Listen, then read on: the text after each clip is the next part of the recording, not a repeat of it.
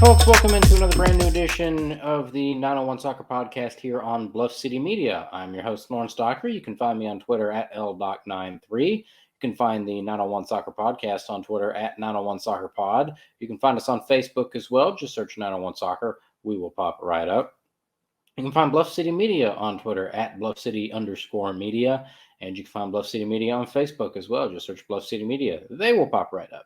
Also, if you're watching the show, you're already there. But if you haven't, go ahead and subscribe to Bluff City Media on YouTube. I'm not the only YouTube show that's part of Bluff City Media. There's a lot of other good stuff that you should subscribe to so that you don't miss. And as all of the other people in the YouTube world like to say, like, comment, subscribe. I think in that order. It's not really important what order you do it in. It's just important that you do it. And I have faith that you, the audience, will do just that because I know how much you love me. And I do appreciate that. All right, tonight, talking Memphis 901 FC, resounding 4-0 win over El Paso Locomotive. Going to talk about what happened in the last game for 901 FC. Going to talk about, obviously, tonight's big win. Going to take a look at the playoff picture and what that means going forward for Memphis 901 FC. Do we get a home playoff game? We will discuss, and then we will go ahead and get you out of here. Probably try to keep it about the same time that we kept the last episode. There's not a whole lot to add on this one that hasn't already been said in the last one or said on Twitter, but I'll go ahead because I love you all so much. I'll keep you entertained. I'll do what I can. I have a heavy reputation to uphold, and I'll do just that. So thank you very much. So let's just jump right into it. Okay, so 901 FC. Coming into tonight, their most recent game was last Saturday against the Birmingham Legion, which they lost 2-1. Stephen Glass said after that game that it wasn't a particularly good game from either team, and that I would agree with that. There wasn't anything that jumped out at me. That was a game where I probably spent more time watching Notre Dame and Duke on the TV behind me than I did the actual 901 FC Birmingham Legion game. 901 FC went up 1-0 on a penalty and then fell behind 2-1 2 minutes into the second half, and they lost 2-1. There wasn't a whole lot to say about it. That was a Birmingham team that was fighting for their playoff lives. That was a 901 FC team that had already locked up a playoff spot a game or two prior to that in Tampa. And it was a bummer because you really could have put some distance between yourselves and Louisville in the fourth place and the tie for fourth place in the Eastern Conference, because going into that Birmingham game, Louisville and Memphis are tied on points, but 901 FC has the goal difference and the head-to-head tiebreaker. They played Louisville twice this year. They beat them once and they drew once. So you got head-to-head, you got goal difference. And last Saturday represented a really good opportunity to put some distance to create some separation between you and Louisville, because not only did Louisville lost last week, so you had the chance to create separation. Unfortunately, you lost too. The good news is that loss was not nearly as devastating as it otherwise could have been because Louisville lost. I mean, for a very brief moment, it felt like of who won it at least. And heading into tonight's game against El Paso, you thought maybe there's 4 teams that are mathematically alive for this last home playoff spot. Memphis and Louisville are tied, obviously. And then a little bit further back is Indy, a little quietly just hanging out right there. And then Birmingham. Birmingham plays tomorrow. Tomorrow being October the 8th. I don't know when this will get posted, but tomorrow being, October the 8th. I've already said that twice. I shan't say it again. So you're thinking maybe probably going to be between you and Louisville, but there's an outside shot that Birmingham gets it and a little bit less of an outside shot that Indy gets it. Well, coming into tonight's game, you're sitting there thinking, I really don't want – I need this home playoff game like I need air, not just because it's good for the team and good for the organization and because – I would get to be there for sure, but I don't want to have to be put in a position where I have to make tough choices. I don't like making tough choices. I don't think anybody does. I usually end up making the right choice, but I don't like having to make tough choices because if 901FC ends up not getting a home playoff game and I have to go on the road, and the team has to go on the road, then I would have to go on the road, and I would have to probably do 2 big long road trips in the space of about 6 days, because the U.S. men's national team game is in Nashville on October the 17th, which is a Tuesday, and then a hypothetical road playoff game, possibly at Louisville, would be that Saturday. So that would be a 400-mile round trip between Memphis and Nashville in one day, and then an 800-mile round trip between Memphis and Louisville the following weekend. So you're looking at that's 1,200 miles in a week.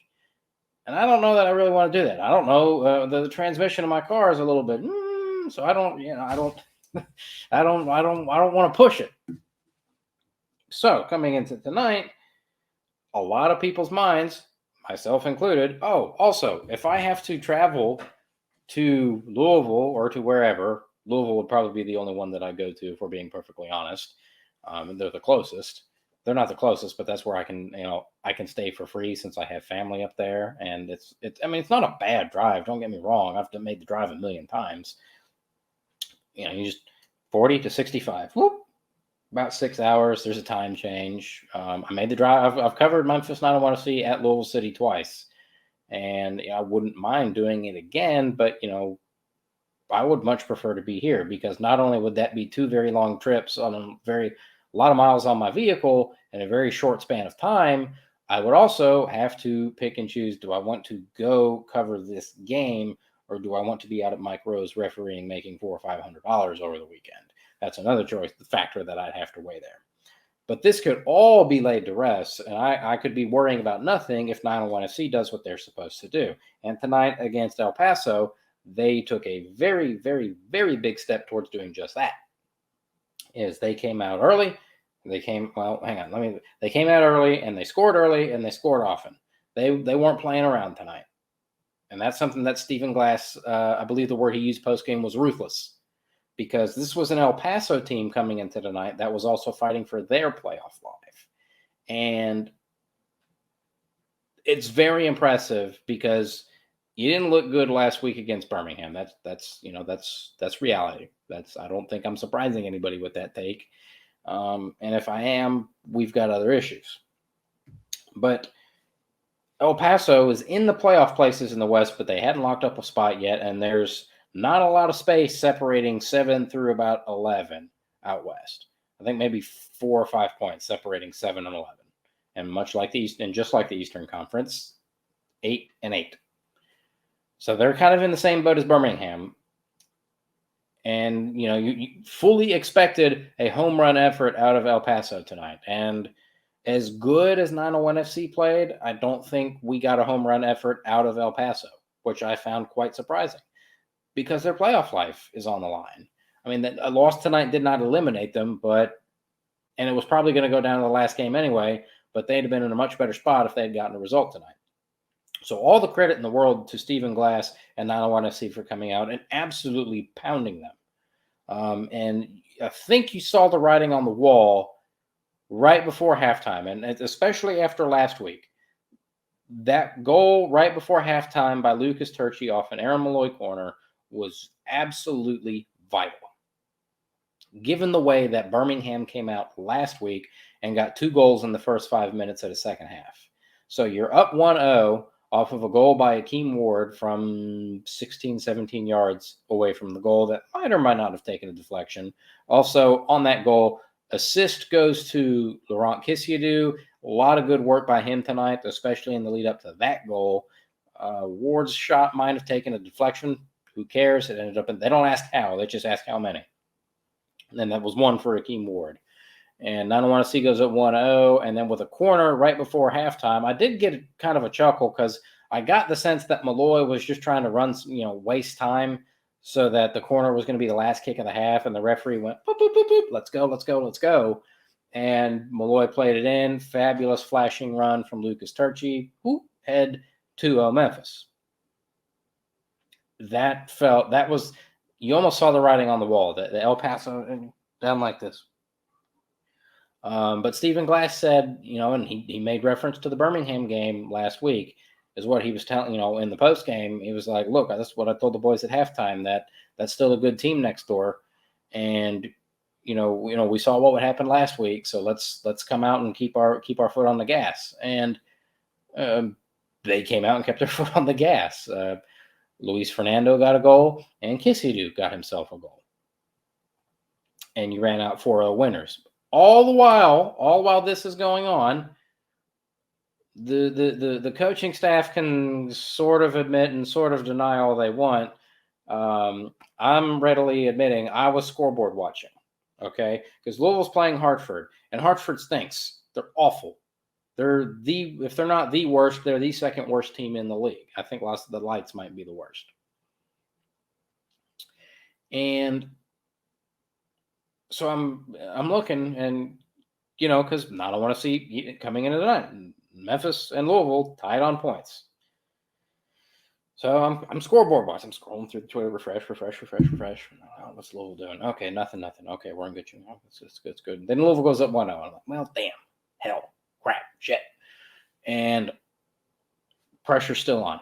At this point, 9-1, I think, was up 3-0. So I was feeling pretty good about what was going on at AutoZone Park. I wasn't really worried about that. I was more focused on. I gave up watching Notre Dame and Louisville because Notre Dame was playing like ass, and that's if I end up on a college football podcast, that'd be the appropriate time to talk about that. But so I'm dialed in on this Louisville Hartford game, and Hartford tied it up with like 15 minutes to play. I made sure to let the whole press box know, Hartford tied it up. Louisville's tied. This holds. We're here and they're here. And that result held. 901 FC gets the win. Louisville drops 2 points at home. Result, 901 FC is 2 points clear of Louisville heading into the final week of the season. That also means that the following is true. If 901 FC gets points at all against New Mexico, we get a home playoff game. If Louisville does anything but win again in their last game, I don't remember who they play, we get a home playoff game. The simplest solution is to go out and beat New Mexico. Stephen Glass said that's probably going to be tough. He's not 100% sure what their playoff situation is. They're right there in the thick of it. I think they're on the outside looking in, so you're probably going to get a home run effort out of them. But they're going to have 11,000 people there. It'll be a tough atmosphere, but 901 FC has proven to be pretty good on the road. Just take a look at the run in the Open Cup this year. And, those last two games, as a matter of fact, I think in their let's see, in 1, 2, 3, 4, 5, 6, they've only lost once in their last 7 road games. That's not bad. That one loss was at Charleston. Our old friend Ben Pierman, the GOAT. So, by the way, how wild would that be to have a 901 FC Charleston Battery playoff game? I'm going to have there's going to have to be some memes made for that. It's going to be tough. It's going to be 901 FC all the way, but it's all much love to Ben Pierman. But let's cross that bridge when we come to it. Let's worry about what we got in front of us right now. And what we got in front of us right now is we're this close. All we need is a point. Or all we need is Louisville to not get 3 points. And we're golden because we're 2 points clear. If Louisville gets all 3 points and we get a point, we've got the head-to-head tiebreaker and we've got goal difference. Indy won tonight, but they're not going to be able to catch us. Birmingham plays tomorrow. They're not with 2 games left. They're like 9 points behind us, so we don't have to worry about them. We don't have to worry about Indy. Even though they eliminated Tulsa tonight. Rest in peace, Philip Goodrum. Thanks for sending us Rodrigo da Costa.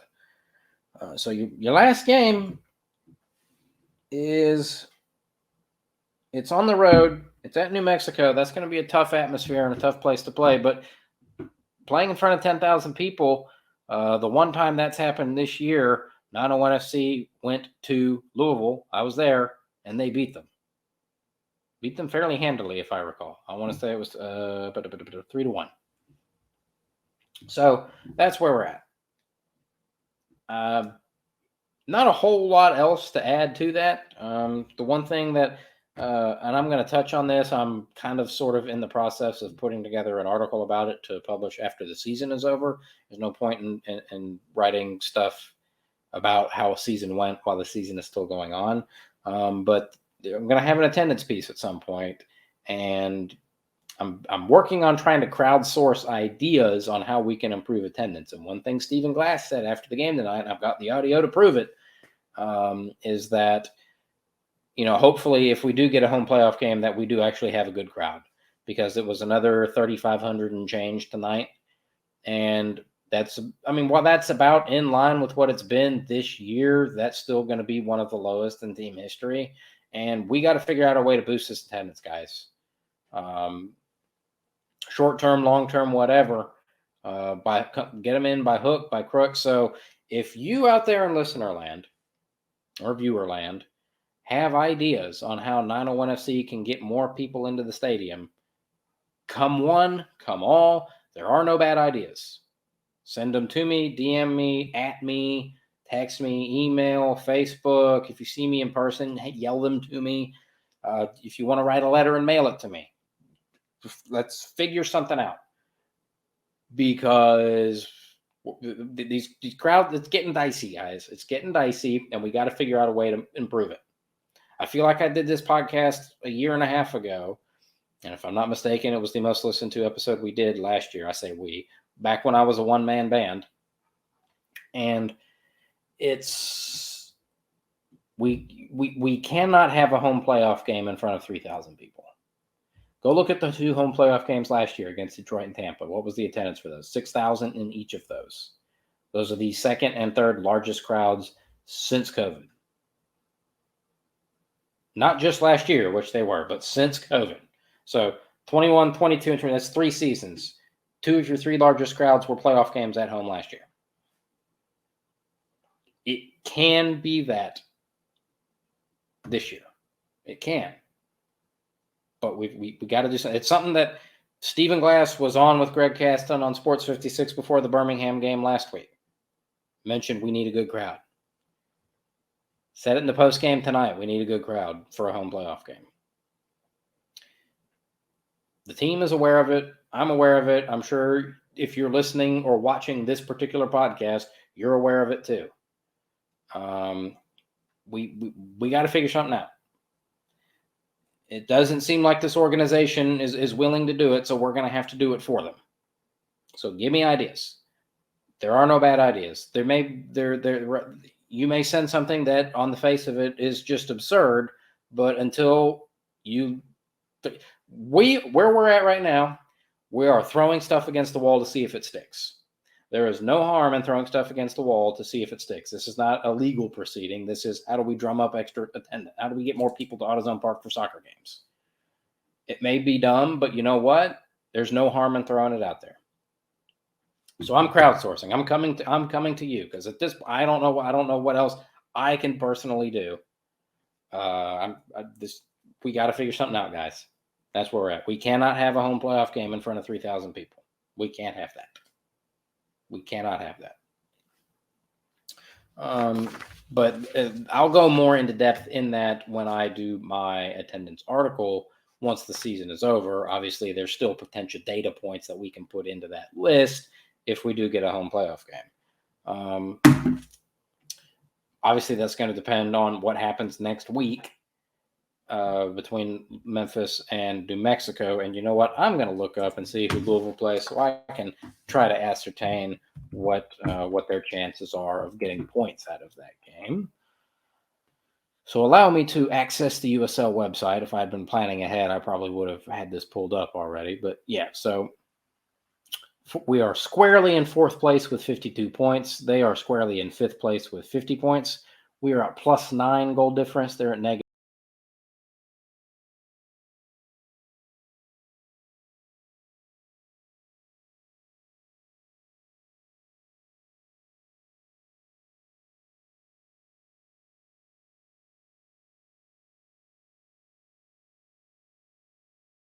Could flip.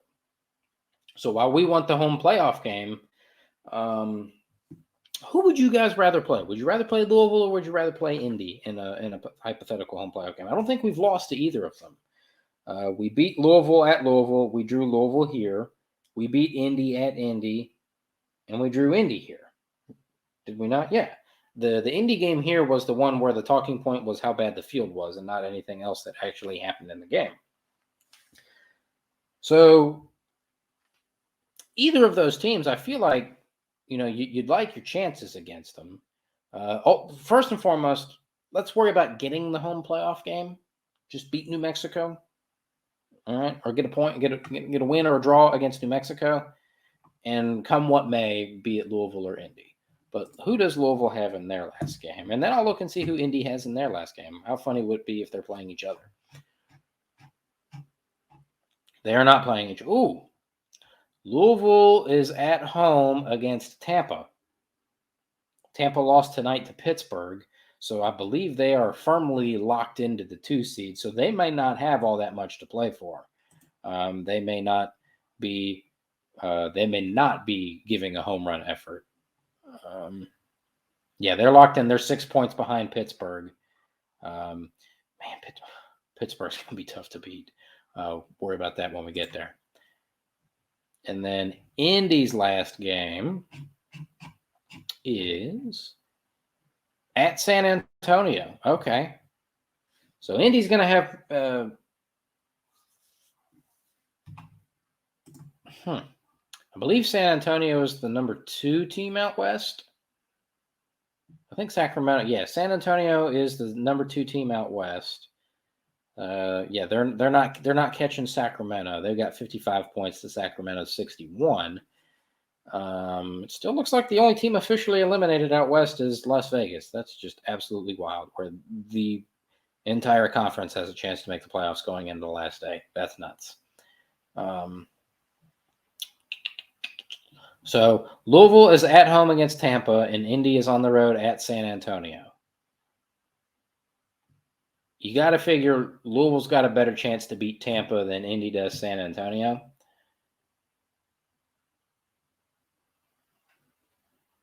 But Tampa's good, man. They're 10 points clear of Louisville. Worth noting that 901 SC did just beat Tampa 3-2 in September and beat them 4-2 a couple weeks ago. So that's a combined 7-4 over the course of 2 games, home and away. So that's where we're at.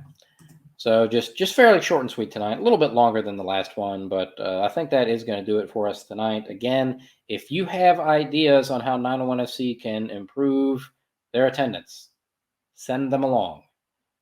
Drop them in the YouTube comment section. At me on Twitter, at LDoc93. DM me. At the 901 Soccer Podcast on Twitter, at 901 Soccer Pod. DM me there. Facebook, comment. Okay. Text me if you have my number. The more, the better, guys.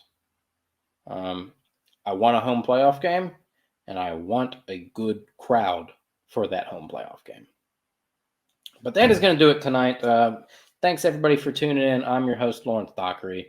Find me on Twitter at LDoc93. 901 Soccer Podcast on Twitter at 901 Soccer Pod. Facebook as well. Just search 901 Soccer. Pop right up. This has been part of the Bluff City Media empire. You can follow Bluff City Media on Twitter at BluffCity_media. Find them on Facebook, Bluff City Media. Subscribe on YouTube, Bluff City Media. If you are out there interested in sponsoring, not just the 901 Soccer Podcast, but any of the other podcasts or any of the other programs that are brought to you by Bluff City Media, we got Grizzly stuff. We got Tiger football. They're 4-1. They got a big game at home next Friday against Tulane in the Membrane. Tiger basketball as well. Any of that. If you want to sponsor any of it, but specifically this show, since we are proceeding sponsorless, but that's fine. But if you have goods or services that you would like advertised, feel free to reach out, and we would be more than happy to talk turkey with you. But until then, hopefully tonight is not the last time that I do one of these, since I've been doing these after home games. Hopefully I get to do one more of these, at least one more of these with you after a home playoff game against either Indy or Louisville.